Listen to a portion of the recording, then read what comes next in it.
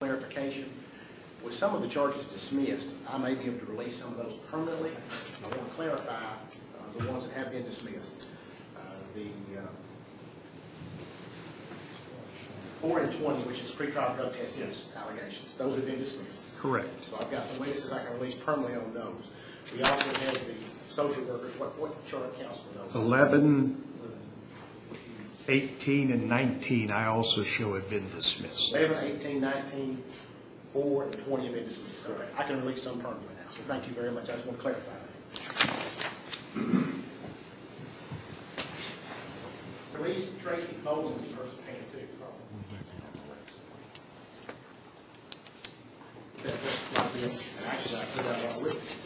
Thank you, Judge. Mr. Mando, are you ready to proceed? Commission's ready, Your Honor. Judge Alred? Mr. Chairman, Commission, I would put forward, renew my objection that I've already filed in the record in regard to the conflicts that I have asserted through written motion throughout, and I do not waive those by presenting a case here today. I would also put forward that pursuant to Supreme Court Rule 4.020, subsection 2, that this commission does not have jurisdiction over issues that were legal error that should have been matters for the Court of Appeals, and I would assert that without waiving that, but I am ready to present my case today with those in mind. Thank you. Thank you. Mr. Mando? Thank you. Judge Alred, members of the Commission. For the record, I know that there is a witness in court room today that's been subpoenaed. If you invoke the rule, I'll ask that the witness step out, please. And who might that be? Mr. Gene Weaver. Mr. Weaver. He's been subpoenaed that he needs to step out. The Commission's position would be he'd be akin to a police officer in a prosecution case and should be allowed to stay in the courtroom, Your Honor, Mr. Chairman. I believe that's the position the Commission's taken in the past, my understanding. My understanding, Mr. Chairman, is he's never testified in a hearing before the Judicial Conduct Commission in the 14 years he's been employed. I think he should step out. For the record, was he in the courtroom when we argued the motions and the witnesses were argued that out? I'm sorry? Was he in the courtroom when we argued those motions previously? And you ordered the witnesses out? I believe he was. There's no that for the record. Thank you. Thank you.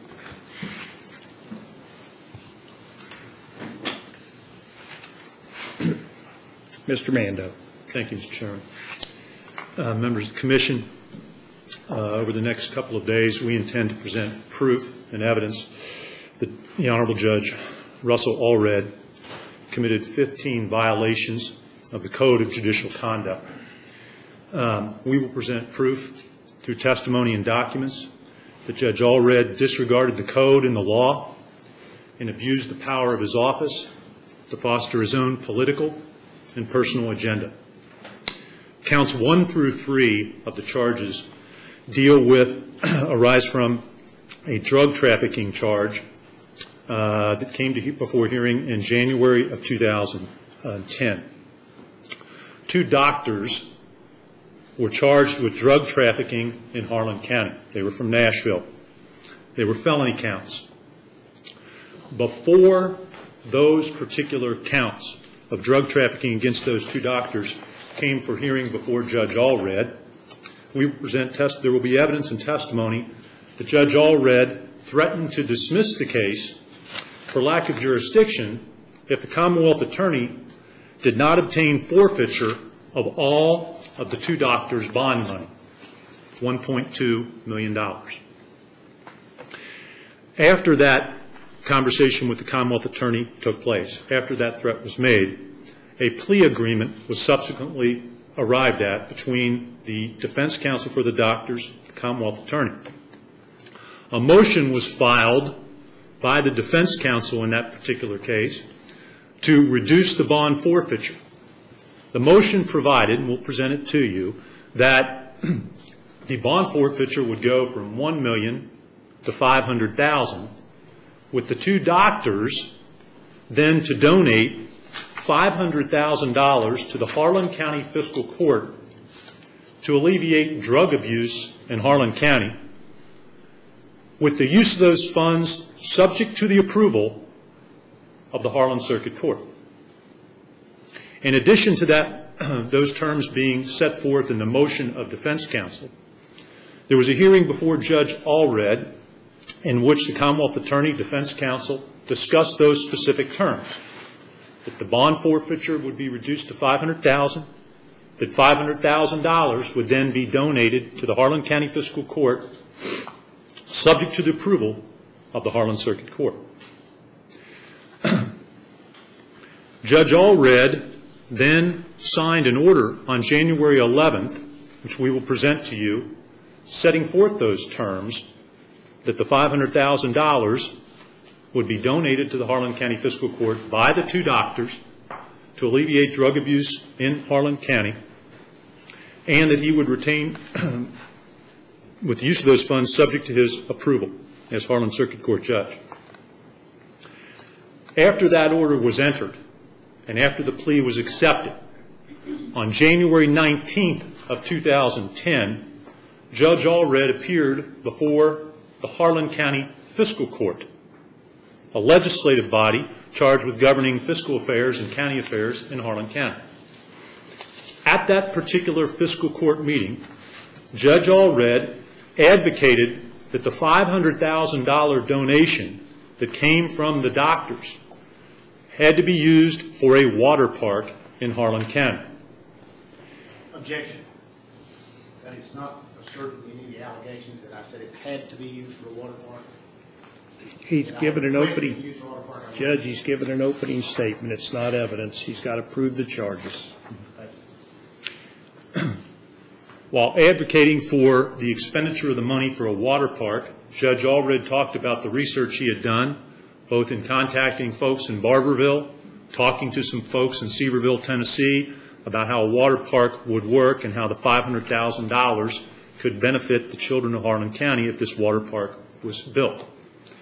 In addition, during the course of this particular meeting, after discussion about the water park, a question was raised about whether some portion of the money could be used and given to the Chaplains Corps, which is affiliated with the Harlan County Sheriff's Office.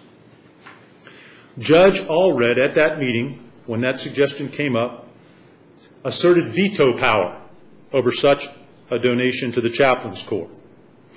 And he stated at the fiscal court meeting that, number one, such a donation would be illegal, and number two, that if it was made, he would exercise his authority under the order and veto such an expenditure.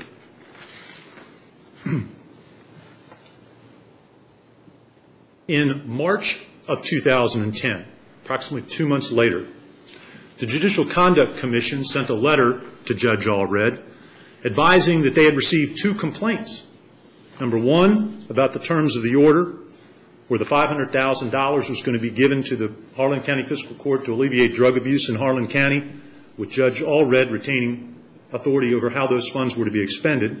And number two, his statements and comments at the Harlan County Fiscal Court meeting advocating for the water park and stating he had veto power over any money going to the Chaplain Corps. In response to that letter, we will present an order signed by Judge Alred, dated March 10th of 2010, in which he deleted the provision giving him the authority over the expenditure of the funds, in which he stated in that order that the language was inadvertently placed in the January 10th order by the Commonwealth Attorney and Defense Counsel, and in which Judge Alred stated in this March 10th order that it was neither neither solicited nor approved by this judge. Counts 6 through 8 of the charges deal with Judge Executive Grisham and a special grand jury order that was prepared and entered by Judge Alred. Sometime in the fall of 2009, you hear testimony that a witness named Ms. Hensley approached Harlan County Sheriff Marvin Lipper. She stated that she had information that Judge Executive Grisham was selling drugs out of his office at the Harlan County Fiscal Court. Ms. Hensley was a known drug abuser with a criminal record. The sheriff, after consulting with the Commonwealth Attorney, nonetheless decided that this needed to be investigated, and he initiated an investigation. They attempted to video and audio tape alleged purchases of drugs, Ms. Hensley going into Judge Executive Grishop's office, then coming out. The video and audio evidence was inconclusive at best. The Commonwealth Attorney suggested that the Attorney General's office be involved. And based on that recommendation, the sheriff contacted the Attorney General. The Attorney General then came in to conduct an investigation into these allegations that there were sales of narcotic drugs out of the Harlan County Judge Executive's office. At some point, Ms. Hensley was up before a hearing before Judge Alred on a pending criminal charge. As common with informants and people who are assisting prosecution or drug investigations, a request was made to continue her case until this concluded, her assistance with the sheriff's investigation. There will be proof that Judge Alred asked what the nature of the investigation was. That there were the sheriff of narcotic drugs out of the Harlan County, was, i.e. that she was involved in helping them investigate whether there was illegal drug trafficking. At some point, Ms. Hensley and sales taking place out of the Judge Executive's office. The proof will be that Judge Alred then insisted on seeing the audio and video evidence that the sheriff had gathered. You will hear testimony that he looked at those particular tapes, that he reviewed those tapes, and that he discussed them with sheriff's office representatives. After that occurred, the next thing, and we're into the spring of 2010 now, there was a discussion that took place between Judge Alred and the Commonwealth Attorney, Henry Johnson, about this particular investigation. There will be testimony that the Commonwealth Attorney advised Judge Alred that Ms. Hensley was not credible, that the Attorney General's office did not find any evidence to support her allegations, and as a result, however, because they needed to clear the air, they felt it was important to present this to the grand jury so that it was all cleared once and for all, and so that no one thought in Harlan County that this allegation about a judge executive, an elected official involving drugs was somehow swept under the rug, to get it before a grand jury. At that particular point in time, April of 2010, there will be proof, it will be undisputed, that Judge Alred's cousin, Denny Pace, was running for Judge Executive against Judge Executive Grishop in the May 2010 primary. On April 22nd of 2010, Judge Alred conducted a hearing. A case titled Potter versus Howard. It was a wrongful death action. The defendant was James Howard. Mr. Howard was a longtime political supporter and contributor of Judge Johnson, who Judge Alred had beaten in the election for Circuit Court Judge. In addition, James Howard had been a party in litigation in the past where Judge Alred had represented the opposing parties when he was an attorney and prior to his election to the bench. On April 22nd, Judge Alred conducted a hearing on a motion to recuse that Mr. Howard had filed in Potter v. Howard. In that particular motion, the attorney for Mr. Howard set forth the basis for wanting to have him recused. Judge Alred, in this hearing, and will provide the DVD, denied that motion to recuse, despite the long-standing relation, despite the allegations that were made about him being Mr. Howard being a supporter of Mr. Johnson and the litigation history that preceded. When he said he was going to deny on those grounds, counsel for Mr. Howard then presented to Judge Alred in court an affidavit from Judge Executive Joe Grisham. In that particular affidavit, Judge Grisham stated that he had been contacted by Judge Alred, that he had been summoned to Judge Alred's office, and that Judge Alred was advocating and wanting him to regain control of property that the Industrial Development Authority in Harlan County had, and that it had leased to James Howard. Mr. Howard served on the Industrial Development Authority.